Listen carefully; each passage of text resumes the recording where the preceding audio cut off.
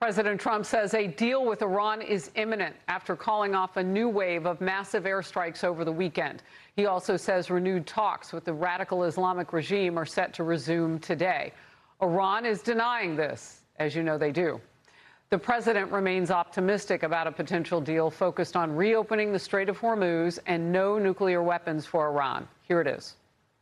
Now what we're doing is we're talking to them in the form of a negotiation. We'll see if it's true. I'd love to do that. Save a lot of lives, save a lot of unnecessary power, to be honest with you. It would take many, many years to ever build it back. If it could, I don't think it would be even buildable back. So there it is, the very latest from the president. Lucas Tomlinson is at the White House. Lucas. Well, good morning, Harris. This is at least the fifth time since April that President Trump has turned off the launch of major airstrikes on Iran. But that could only be temporary after President Trump just a few seconds ago took to Truth Social to post that he's calling Iran duplicitous, saying after the Iranians said that they would only be dealing with Oman, not the United States. So it looks like talks are off right now. And President Trump saying in part, nothing gets through to Iran unless we wanted to, and nothing will get through unless a deal where total surrender is accomplished.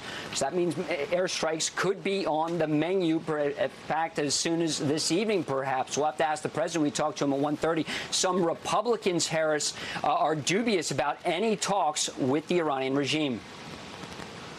He had the guts to finally say, after we had presidents that sat there and appeased Iran, he finally said, you're not going to have a nuclear weapon. You're not going to continue to kill Americans.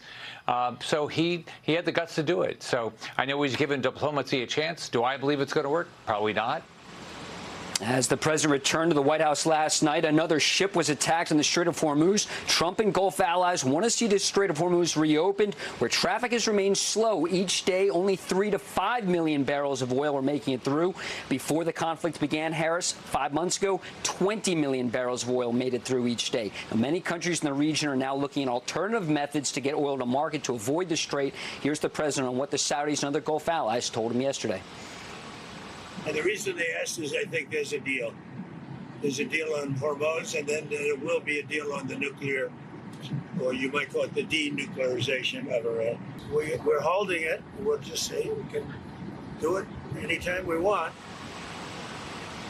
Last week, Ukrainian President Volodymyr Zelensky told our colleague Brett Baer Russia is enjoying seeing this prolonged conflict now stretching over 5 months now, because that means the U.S. is focused more in the Middle East, sending more weapons and forces there. It means Ukraine is getting less help. Harris? Yeah, but they're doing test votes, as we saw last week on the Russia sanctions deal. So obviously the White House can do more than one thing at a time. Look, I want to follow up. We had, even in your story there, word from the president that a deal, was imminent, so on and so forth. And moments ago, you caught on Truth Social. We're all sitting on Truth Social right now because we know that this is moving. Right. Talk to me about a reset. And I know we're in kind of a pause again, but the president is anxious to at least communicate with us in real time. So we're appreciative of that. But does it do a reset every time they go back? You got Pakistan, Qatar, Saudi Arabia, Oman, so many hands in this pie, such that every time you resume, is Iran getting a better deal? Well, the list of mediators does appear to grow, as you just point out, Harris. First, it was Pakistan mediating efforts, then the Qataris. Then over the weekend, we heard a lot about Saudi Arabia. President Trump saying he spoke to Saudi Crown Prince Mohammed bin Salman. But what President Trump just posted on Truth Social, we'll have to follow up on this at 1:30 in the Oval Office, is it appears that the talks are off after Iran said they're not interested in any kind of talks with the United States or diplomats. They only want to deal with the Omanis. And that's why President Trump said either a deal or total surrender. It's worth looking at that one more time, Harris. Perhaps the control room could put that on the screen again. President Trump is using language like total surrender once again. So it does appear that talks are off. Yeah, nothing gets through to Iran unless we want to. He's referring to the naval blockade there. Nothing will get through unless a deal or total surrender is accomplished. So it does appear that airstrikes are back on the menu, back on the table, Harris. All right, but we don't know when, and the president there communicating in real time what's happening. Oman is definitely on the list I read, just not solely on that list. So that's interesting. It feels like the ball is moving. The president's keeping us posted, and so are you, Lucas. Thank you very much. In focus with me now, Matthew Whiz Buckley, retired Navy Top Gun fighter pilot and founder of the Sacred Warrior Fellowship. Great to have you. So, again, talks are off, which is in the last couple of minutes there. What does this tell you about what's going on? Because normally, you know, you're at, what, 45,000 feet, maybe even higher than that in a jet, and all these things are getting worked out on the ground. But you're watching it on ground level with the rest of us now. What does your experience tell you? Well, Harris, you all just used the word reset. The only people that are resetting are the Iranians and the Iranian forces. Last week, it was reported widely that China was allegedly delivering 400 man pads, right? Portable air defense system.